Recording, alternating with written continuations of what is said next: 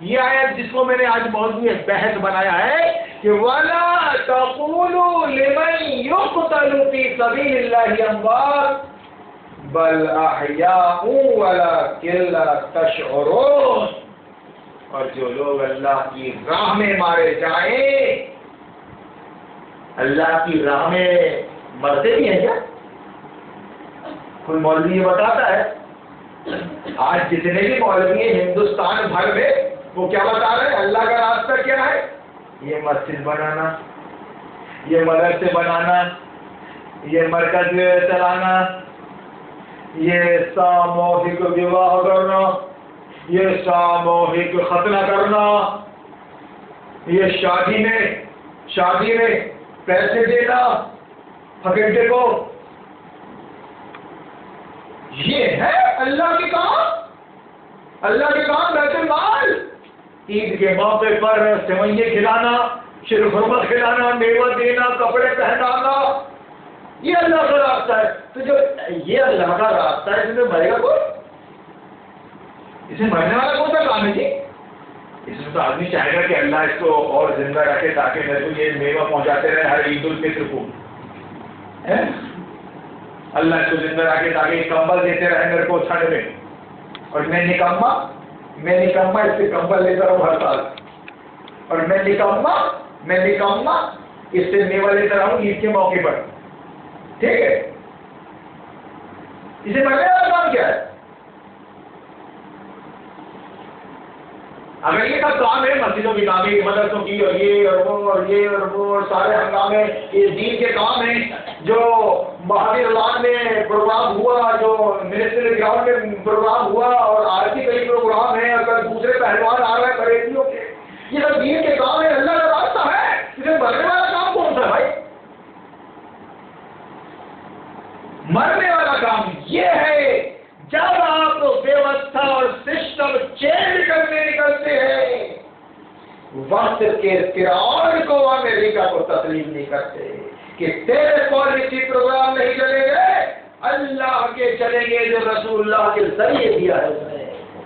وہ بات ہے یہاں جو لوگ اللہ کی راہ میں مارے جائیں میں مردہ نہ کہو، ایسے لوگ تو حقیقت میں زندہ ہیں مگر تمہیں ان کی زندگی کا شعور نہیں ہوتا۔ اس سے پہلے میں اس آیت کی اپنے حساب سے تشریح کر چکا ہوں۔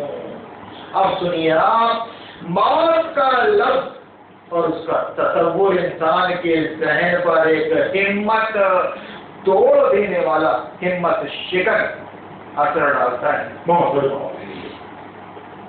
اس لیے اس بات سے منع کیا گیا، اس بات سے منع کیا گیا، نفسیاتی بات نہیں، آپ نفسیاتی بات سائیکلوجی، کہ موت کا لفظ اور اس کا تصور، موت کا تصور، کیسے مریں گے، موت کا لفظ اور اس کا تصور انسان کے ذہن میں ایک ہمت شکن اثر ڈالتا ہے۔ اس لیے اس بات سے منع کیا گیا کہ شہداء فی سبیل اللہ کو مردہ کہا جائے، ان کو مردہ نہ کہا جائے، ورنہ سننے والے پہ ہمت شکن اثر پڑے گا۔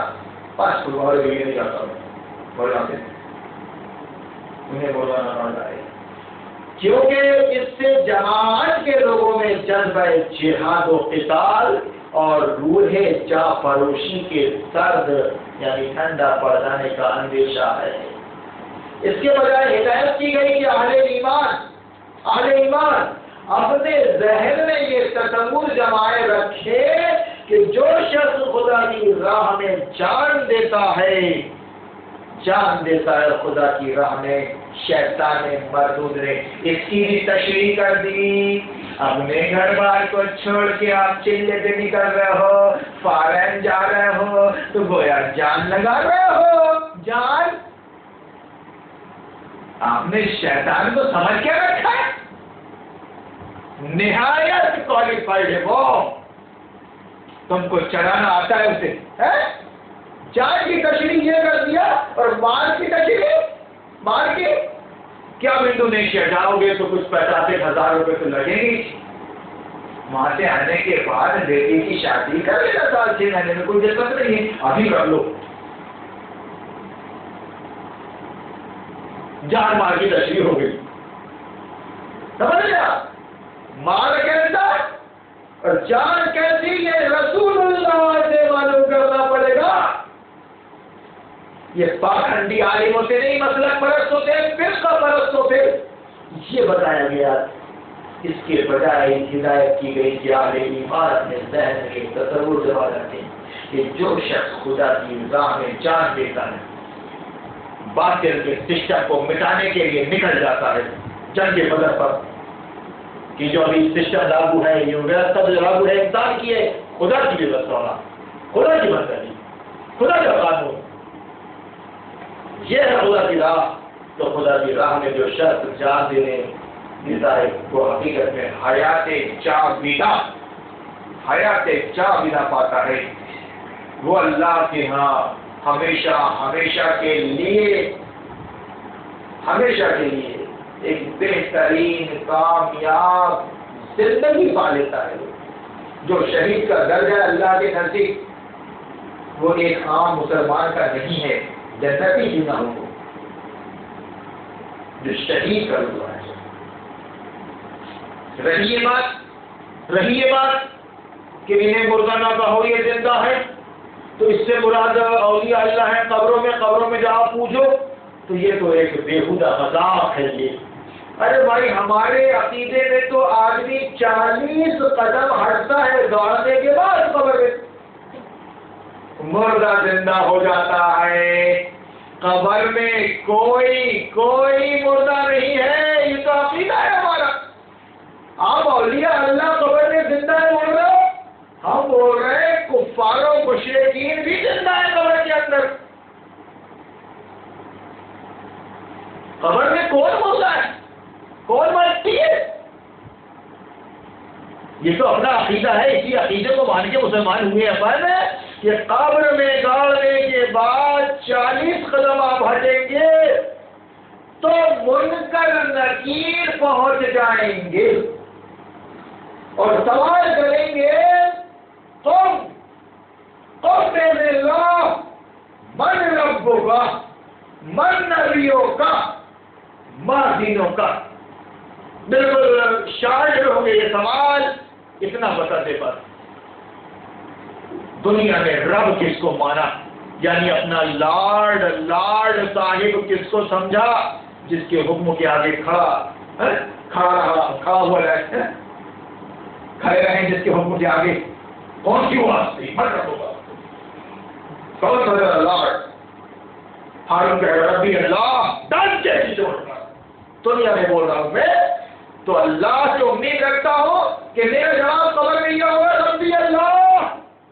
وہ بات میں دنیا میں کر رہا ہوں پچھلے 20 سالوں سے، ربی اللہ، اللہ ہے میرا محور، میرا مرکز اللہ ہے، اللہ کی مان رہا ہوں، اللہ کے آگے جھک رہا ہوں اور اللہ کی خاطر سب کچھ سہ رہا ہوں اور اللہ کی خاطر مر جانے کو تیار ہوں۔ اگر تیرے پاس دم ہے تو تو تیر آزما لے، میں جگر پیش کرنے کو تیار ہوں۔ ایک مسلمان اور مومن کا جواب یہ ہوگا انشاءاللہ قبر میں ربی اللہ کہ آیا امتحان پاس کر کے گیا تھا، پریکٹیکل کر کے گیا تھا، صحیح لکھوں گا میں۔ من نبیوں کا تیرا راہبر، تیرا رہنما کون تھا، تیرا کمانڈر کون تھا، کس کو آئیڈیل مانا تھا، تم نے کس کو آئیڈیل مانا تھا، نہرو کو، گاندھی کو، کس کو، کافی رام کو، کس کو، یا پھر لوکتنتر کے انسانی قانون کو، کس کو مانا تھا تم نے اپنا سروا؟ من نبیوں کا۔ ہارون بولے گا انشاءاللہ، امید رکھتا ہے اللہ سے، کیونکہ آج تیاری کر رہا ہے وہ اپنے پیپر دینے کی، وہ بولے گا محمد رسول اللہ صلی اللہ علیہ وسلم کہ میرے آئیڈیل، میرے رہبر، میرے کمانڈر سب رسول اللہ۔ آپ نے فرمایا یہ دارو نہیں پینا، دارو نہیں پی رہا ہوں، آپ نے فرمایا تھا رنڈی بازی مت کرنا، نہیں کر رہا ہوں، آپ نے فرمایا تھا سود اور رشوت کا کاروبار نہیں کرنا، نہیں کر رہا ہوں. عورتیں گھر میں رہیں گی فرمایا تھا تو گھر سے عورتیں، اور نہیں تو میری لے کے گھومتا بائک میں، فور ویلر میں ہے، بتاتا جھگڑا پردہ سب بتاتا. ارے مردوں تم کو ہو کیا گیا ہے؟ تمہاری عورتیں باہر ہیں اور تم سر اٹھا کے چل رہے ہیں. غیرت نہیں آتی تم کو؟ سب ایک دوسرے کے ہیڈ لائٹ دیکھتے پھر رہے، تم کو شرم نہیں آتی؟ میرے کو آتی ہے لجہ پیدا ہوا اس کمانڈر سے جس نے اندھے سے حکم دیا تھا اپنی بیوی عائشہ کو. وہ ہے میرا آئیڈیا. تمہارا کون؟ من نبیوں کا نبی محمد رسول اللہ صلی اللہ علیہ وسلم.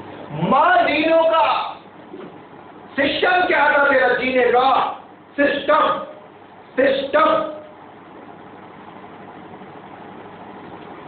کس کو بنایا تھا تمہیں اپنا جینے کا طریقہ؟ سسٹم کی ضرورت ہے، نظام دینی الاسلام. انشاءاللہ آپ بھی کوشش کیجئے، میں بھی کوشش کر رہا ہوں کہ یہ جواب ہوگا اپنا دینی الاسلام، دینی الوہابیت، دینی البریلویت، دینی الکفر، دینی ڈیموکریسی جمہوریت. نو، دین الاسلام. میرا دین اسلام، یعنی میرا جینے کا طریقہ، میرا سسٹم اسلام تھا. اسلام کس کو کہتے ہیں؟ اللہ کی فرما برداری پر میں نے زندگی گزاری ہے، گزارنے کی کوشش کی تھی اللہ.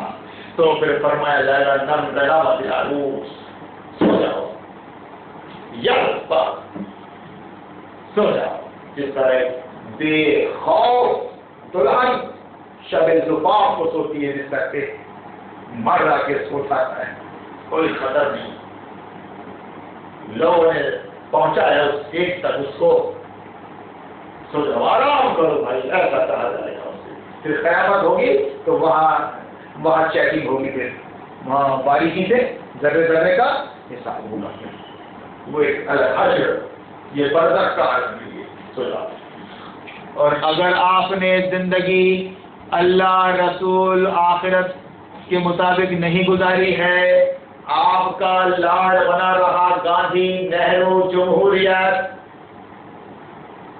آپ کے کمانڈر، آپ کے نیتا بنے رہے، آپ کا جینے کا سسٹم سیکولر رہا، سیکولر ڈیموکریسی، تو پاکھنڈیوں کتنے فرض پورے رکھ دو قبر میں. تم خود سو جاؤ ابا کے ساتھ. دیکھتا ہوں میرے ابا کے پاس کون آتا ہے چاقو رکھ کے. ہاں میں کون ہوں؟ میں وہ ہوں ابراہیم، داؤد ابراہیم ہوں. میں داؤد ابراہیم کے نام اس لیے لے رہا ہوں کہ ساری کوششیں اگر اللہ واسطے ہیں تو اللہ کا راستہ قبول. پیٹ کے لیے اگر گنڈا گردی اور دادا گری، اللہ کے حق قبول نہیں. تمیز کرنا پڑے گا کہ تیری ساری دادا گری اللہ واسطے ہے، تب بنے گی بات. اور اگر پیٹ کے راستے میں ہے تو نہیں. یہ فرمایا گیا. اس لیے میں یہ کہنا تھا کہ کون قبر ہے، کون زندہ ہے. بریلی سے پوچھنا کہ اولیاء اللہ زندہ ہے. اس سلسلے میں باہر کیا کہتے ہیں، مردہ ہے کیا؟ ارے اولیاء اللہ تو بڑی بات ہو گئی، کافر بھی زندہ ہے، اس کو گوشت مارے جا رہے ہیں. کیسے تمہاری اس کی قبر کو تنگ کیا جا رہا ہے، تنگ کیا جا رہا ہے. یہ سلسلہ قیامت تک جاری رہے گا. حشر میں فائنل تک ہوگا تو پھر اس کو جہنم کے نچلے طبقے میں رکھا جائے گا. کافر اور منافق کو، جس کی ایک ایک چنگاری ایک ایک اونٹ کے برابر ہے، اور گہری اتنی ہے وہ جہنم کہ اگر آپ وہ کوئی چیز پھینکیں گے تو تہ میں پہنچنے تک ہزاروں سال لگیں گے. اس جہنم سے بچنے کی کوشش کر رہا ہے ملا عمر، اسامہ، ہارون. یہاں کیا کر لے گا تو؟ کیا کر لے گا تو؟ پھانسی پہ چڑھائے گا؟ پھانسی جیسی تو موت نے پیاری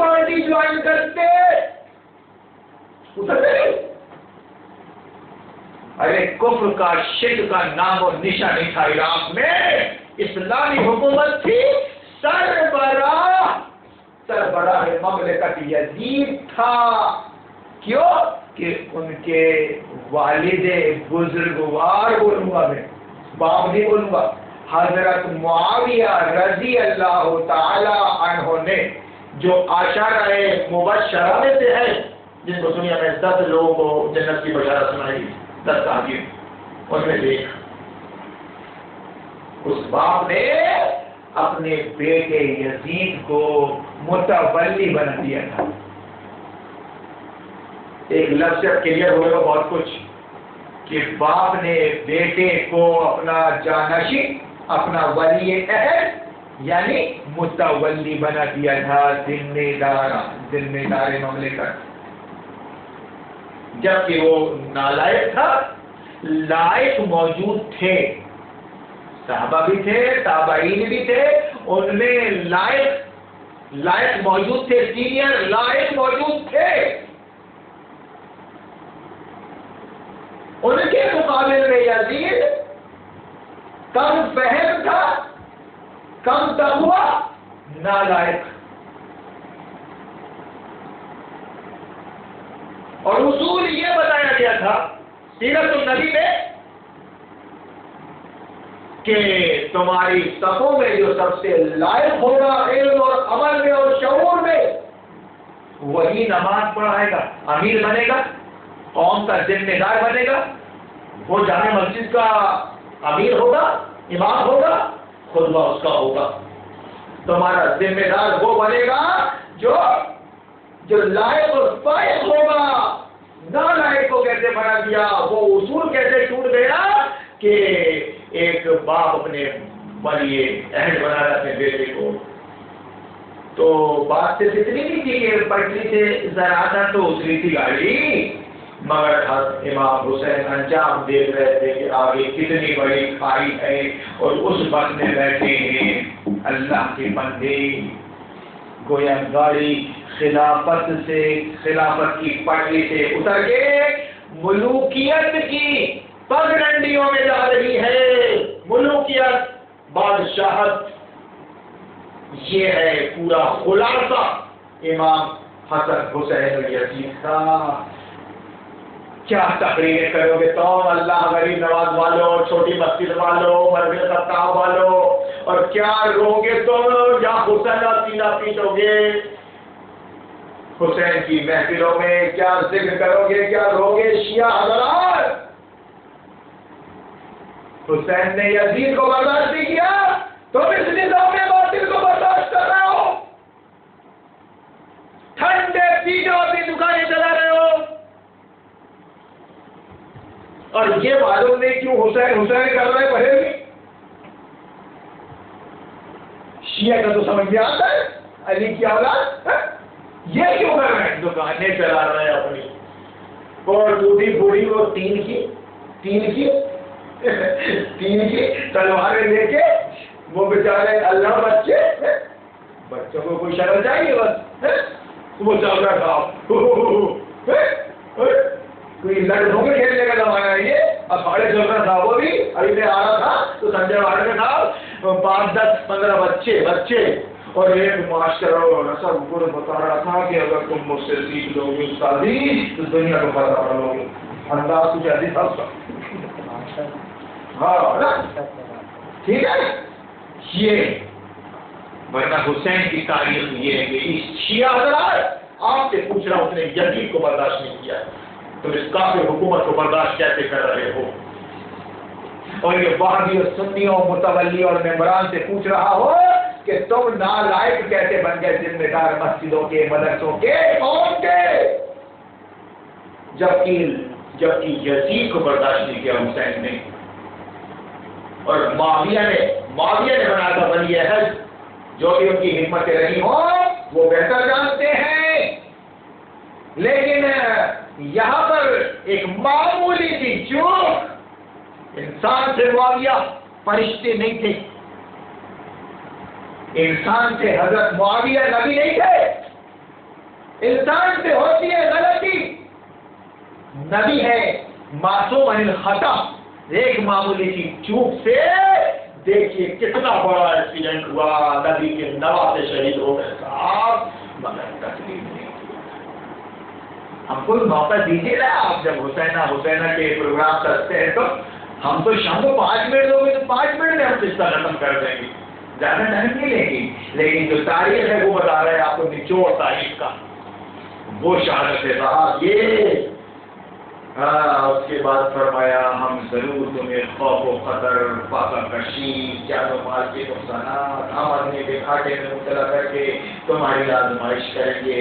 مجاہدین ان حالات میں جو لوگ صبر کریں گے، اگر کوئی مصیبت پڑے تو کہیں ہم اللہ ہی کے ہیں اور اللہ ہی کی طرف ہمیں پلٹ کر جانا ہے۔ یہ انا للہ و انا الیہ راجعون کا مطلب ہے، یہ صرف وہ مرنے والے پر بولتے پر ایسا نہیں ہے۔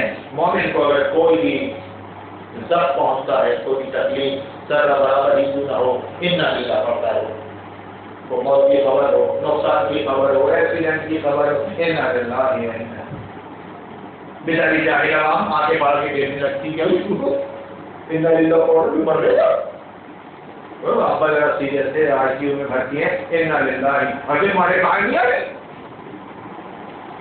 ارے رے تو پھر تو کیا سن رہا ہے ممبر پہ اور کیا پڑھ رہا ہے یار، صحیح بات ہے، تیرے کو نہیں معلوم تو کانوینٹ سے آیا ہے،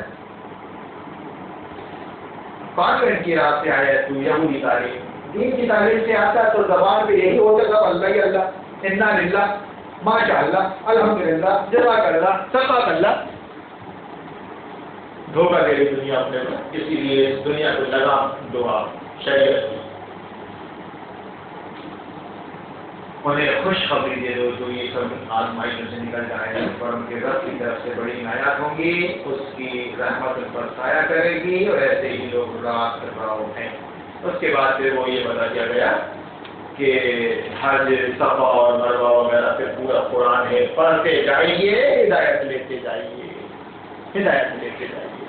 اللہ سے دعا کرتے ہیں کہ اللہ تعالیٰ تمہیں مسلمان بنایا ہے، سچا پکا مسلمان بنایا، یعنی عبادت بھی تیری ہی ہو اور اطاعت بھی تیری ہی ہو تیرے رسول کے ذریعے۔ مولا بارک اللہ لنا ولکم فی القرآن العظیم ونفعنا وإياكم بالآيات والذكر الحكيم إنه تعالى جواد كريم ملك ورؤوف رحيم والرب حليم۔